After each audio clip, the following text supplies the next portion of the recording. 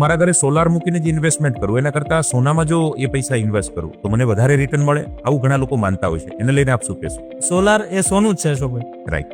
સોનાની અંદર જે ઇન્વેસ્ટમેન્ટ કરો અને જે રિટર્ન મળે ને એના કરતા પણ વધારે સોલારમાં ઇન્વેસ્ટમેન્ટ કરીને રિટર્ન મળી શકે છે. ઓકે. હું તમને ગણતરી કરીને સમજાવું.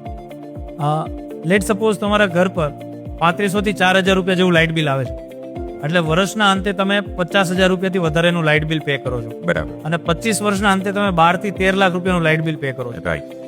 આજના દિવસમાં પીએમ સૂર્યઘર યોજના અંદર તમે એક ઘર પર સોલાર લગાવો ને તો 78,000 રૂપિયા તો સબસિડી મળે છે. ઓકે. આ સોલાર લગાવવાની કિંમત 1,70,000 આજુબાજુ હોય છે. સો 1 લાખ રૂપિયાથી ઓછા ઇન્વેસ્ટમેન્ટની અંદર આજે તમારા ઘર પર સોલાર લાગી જાય છે. રાઈટ. અને એનાથી 25 વર્ષની અંદર 12 થી 13 લાખ રૂપિયાનું તમને સેવિંગ થાય. ઓકે. સો સોલારમાં ઇન્વેસ્ટ કરવું જોઈએ કે સોનામાં, તમે જ કહો. રાઈટ. અને એ પછીનો તો પાછો બેનિફિટ તો છે જ. અને આ 1 લાખ રૂપિયાની અંદર પણ જો તમે ઇન્ટરેસ્ટ પર પૈસા લેવા માંગતા હો તો 7.5% પણ ઓછા વ્યાજ દર પર તમને લોન મળે છે. વાહ. એટલે ઓલમોસ્ટ ફ્રી જેવું તમારું કામ થતું હોય છે. તો મિત્રો, સોનાની જગ્યાએ તમે પણ સોલાર માટેનો વિચાર કરી શકો છો. આ વાતને લઈને આપનું શું માનવું છે ચોક્કસ કોમેન્ટ કરજો. અને હા, આ વાત પર વિચાર જરૂર કરજો.